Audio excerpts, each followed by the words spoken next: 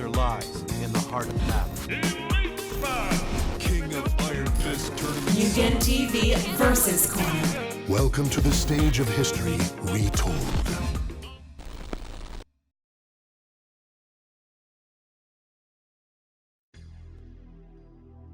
Hey guys, it's MugenLord here, and I'm back again with another video. And today I want to talk about Killer Instincts. Now, I know you guys are saying, like, MugenLord, why are you talking about Killer Instincts? This game has been out for some time now, and this game is pretty old now. Like, what's going on?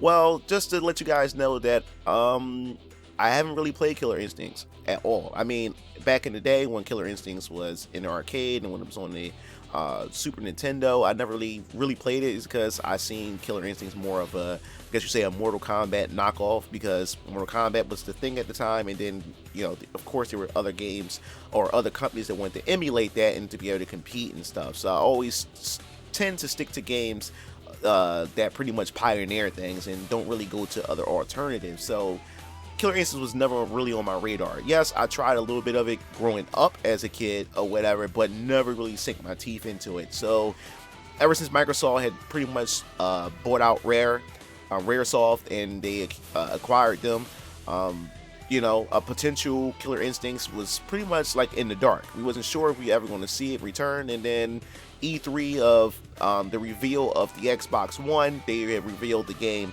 to the public, and everyone who was big fans of Killer Instincts was super hyped. And surprisingly, I was hyped for it too, because I remember growing up as a kid seeing this and everyone talking about it, and people I know had the game on the SNES. So the kid in me was just excited for the fact that we're going to see this old game come to life in a new generation and everything. And I thought that, hey, now that I'm playing fighting games myself, and really trying to invest my time into wanting to learn how some of these fighting games work, I think this would be a perfect time for me to actually get into it and give it a try. But the Xbox One just wasn't appealing to me this generation, so I never bothered to pick up an Xbox One. And Killer Instincts wasn't the game that was going to make me want to go out and buy Xbox One just to play it. So I kind of had just missed out on it. I just thought that, hey, why not? I guess I just won't be able to play this then. And then I did get my hands on it just for a little bit at Otakon. They had a Killer Instincts tournament, and I decided just, hey, why not, just for fun, just give it a try and stuff. But I haven't had the chance to actually sit down and figure out how the game actually works. So just me most of the time just mashing the button and everything. So now that they announced that it was coming to the PC and that it officially hit the PC, and at the time I didn't have a PC that was powerful enough to be able to run the game or anything of that sort, later down the line I actually started, you know, investing in getting a better PC and everything. And I invested my time into Steam and just PC gaming in general, which I'll definitely want to get into a separate video to talk about my experience with PC gaming now that I'm actually gaming on PC. But Steam had one hell of a sale that was going on, and I decided that, hey, I think this is a perfect opportunity for me to pretty much get into Killer Instinct. And I bought it, and I decided to give it a try. Now, if you guys have been following me on my channel, I have also been streaming it as well, and I appreciate the fact that you guys came in and watched me experience Killer Instincts for the first time, actually trying to learn the game with the tutorial and stuff. And if you're interested in seeing that, you can also check that out on my YouTube channel as well. I'll actually probably post a card up for you just to click on it, and it'll just take you straight to the stream to where I actually experienced Killer Instincts for the first time. So let's just dive right into it. And for starters, I must say that Killer Instincts is a totally different beast for me. I really couldn't wrap my head around it, and I had to like restructure my brain to realize that this game doesn't play like your traditional fighting game. They have a different way of how they pretty much allow players to pretty much express themselves as far as combos is concerned and everything. Yes, it still has this footsie based type of mechanics there. You have your zoning and stuff, but how to actually perform combos is just still to me, I'm still trying to wrap my head into it. I'm gonna try to explain it just a little bit for those who are not too familiar with Killer Instincts. And the way the combo system works is you have to pretty much open your opponent up with an opener, and that's pretty much a combo where sometimes you have to hold the directional button and tap the light punch or whatever that the character has in order to pretty much perform their openers. So once they perform their openers, you can do links where you can link one move into the other. You can do not only linkers, you can do double links. And then as you perform the combo, you can close out the combo by doing a finisher. So that's a whole thing you have to pretty much wrap your head around. And then you have these other type of inputs called manuals. Now, a manual is pretty much similar to how you do links in Street Fighter, where you just press one button, and after the frame is pretty much done, if you time it just right, you can pretty much link the next move into the next normal move into the other. So I think in this sense, manuals in this game is a lot harder, but if you know how to master manuals and everything, it also increases your combo potential as well. Now, what also makes this pretty interesting from what I've played so far of the game is that yes, you can perform these long, devastating combos, especially if you know how your character works and what you can do to use openers and how you can use your linkers and how you can close it off and cap off the damage with your finishers. Also, while you're receiving the damage as the person that's getting comboed to death, you can actually break the combo, which I find fun and I find quite interesting, is because it becomes a whole mind game trying to figure out what your opponent is doing. And the thing that I have a hard time and I don't really like with most fighting games, especially fast-paced fighting games like your Marvel versus series, your crossover fighting games where you have a lot of aerial combats, you have combos where you can do like 100 hit combos. And the thing is, I don't really like games like that, especially like Marvel vs. Capcom Infinite, and of course BlazBlue Cross Tag Battles and other games like that of a sort. Is the fact is that when you perform these combos, you have these touch of death situations, even similar to like Dragon Ball Fighters as well and Guilty Gear, where you have these touch of death combos. Once somebody touch you, they get you in this combo, and the only way you can get out of it is if you can sacrifice your meter or whatever mechanic they have to interrupt the combo. But you still at a risk, is for the simple fact is you have to choose when to make that sacrifice or whatever. And then if you don't have the requirements to be able to do it again, you can pretty much fall right back into that cycle of being comboed to death, and you pretty much sit there and just sit your controller down until your opponent make a mistake or until they finish off your character. Well, in this game, you can pretty much guess whether or not they're doing a mid, a low, or a high attack. And if you guess that, you can actually break the combo, and the announcer will yell out combo breaker, and that gives you a chance to interrupt. And if you're lucky enough, you can pretty much counter back and perform yours. So it's pretty much a mind game in both scenarios. The person who's performing the combo can pretty much mix up with a low, medium, or heavy attack to continue the combo. And then on the other end, you're playing the guessing game whether or not the person is performing a light, medium, a low, medium, and a heavy attack. And I think that's pretty cool. So you have a chance to be able to break out of that. And it all boils down to, in my opinion, to like conditioning, knowing how your opponent reacts, knowing how your opponent responds when they start up opener and how they start up combos and everything. So once you get a whiff of how your opponent pretty much do their combos and perform their combos, you can pretty much break your opponent's combos every time. Now, this is pretty much at a low level. I mean, if you're not playing at a competitive level and everything, I think it is much easier to break combos because your opponent constantly fall into the same repetitive cycle of what they can do, and they don't really try to branch out and try something different, and it can be easier. So at high level play, I think that the mind games will get very, very intense. Now, as far as characters concerned, Killer Instincts have definitely a unique cast of characters.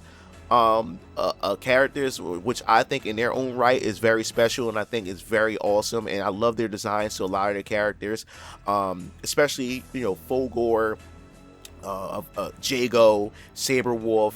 I think the other character's named Sedera, I think, if I got her name right. Well, she's also a new character to the Killer Instinct roster, and there's a couple other characters that's just pretty awesome and gorgeous, and just just awesome to even look at, and even the stage design and everything. So I think the most thing about fighting games is the characters, the art style, the design, the level design and everything, and also the gameplay mechanics to keep me invested in it. And I think Killer Instincts is that game that I can find myself investing some time into it, because even though that this game does have some technical aspects to it, to me, I think this game is very button masher friendly as well. It feels like that you also still feel like you're being effective even if you don't know what you're doing, and it still have that technical aspect at a high level to where, yeah, if you button mash and just press buttons, you will get blown up by an experienced player. So I think it does satisfy both kind of players, the skilled player and also the player who just wants to get on and just have some casual fun with their friends or family and stuff like that.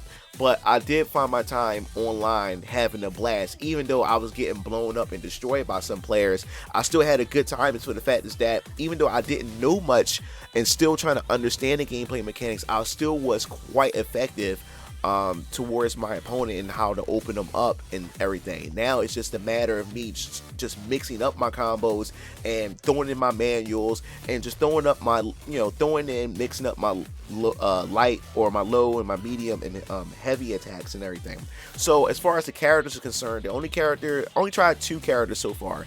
The first character is Orchid. I love my female characters. I love female characters in fighting games and everything. And when I did attempt to play Killer Instincts back in the day, just for like once or twice when I was young, I did use Orchid then as my first choice. So I figured I wanted to dive in there with Orchid again in this iteration of Killer Instincts. And I must say that I really like her as a character, and I like her design. And also what I like, she has an opener to where I think you press, it was quarter circle forward in the kick button, light kick or medium or heavy, doesn't matter. She actually slides. She does a slide. She slide underneath projectiles, and once you connect with that, which I think is one of her best moves, once she makes that connection when she slides underneath and attack your foot, she can just open up with all types of linkers and also manuals, and then she can also finish you off. So I always try to start off a combo with either slide or I start off with a manual jab and then cancel into, of course, her cartwheel or her spinning bird kick, and then go into her slide. So it's different ways you could be creative in order to open up your opponent and everything. But yes, there is a lot of technicality, so it's very technical once you actually sink your teeth into it. Now the other character I tried was Tusk. I thought Tusk was cool back in the day because he reminded me of Conan the Barbarian, so I figured that, hey, why not try Tusk in this version. He's definitely very slow. He's very slow, and you definitely have to have patience when trying to open up your opponent. You more so got to wait for your opponent to finish what they're doing, and then once you find that opening, then you can come in. And then once he does get a hold of you, he does pull off some heavy damage, which I think is very satisfying. And then the fact that his sword also glows and light up after you perform a particular set of strings on your opponent, I think that's pretty cool with its effects. So I did pretty much find myself enjoying playing Orchid and trying playing Tusk. I also decided to just hit the lab and see what Rash. If you don't know who Rash is, he's pretty much one of the Battletoads. Battletoads is another property owned by Rare, and I thought it was pretty cool to add him in as a third-party character. Let's show some Battletoad love, and I decided to give him a try as well. And I'm going to just experiment with him more. And after that, they do have a comprehensive tutorial that show you and teach you how the game works and everything. And it took me some time to actually sink my teeth into it, to actually wrap my head around how the game actually plays, how it feels, how it works.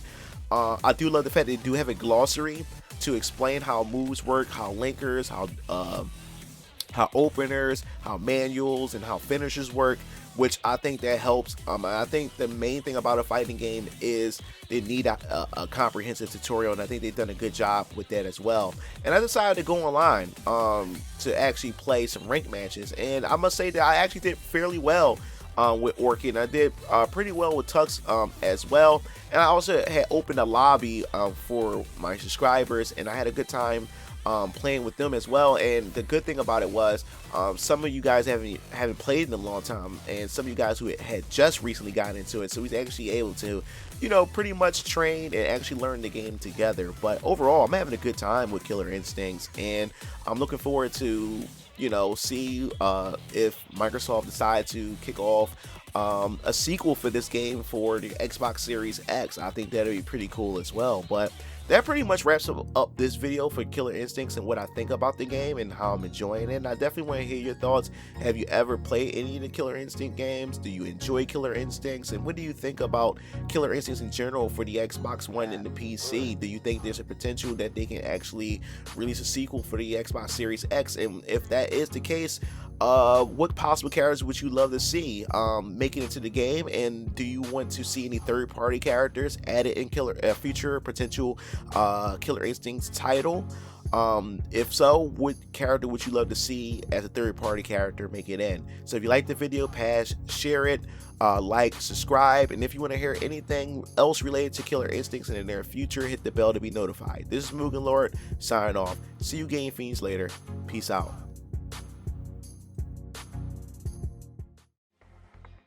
It looks like you reached the end of the video. Well, while you're at it, check out some of my other discussion videos by clicking on the annotations below, and don't forget to follow me on other social media platforms to stay up to date with future content. Signing off.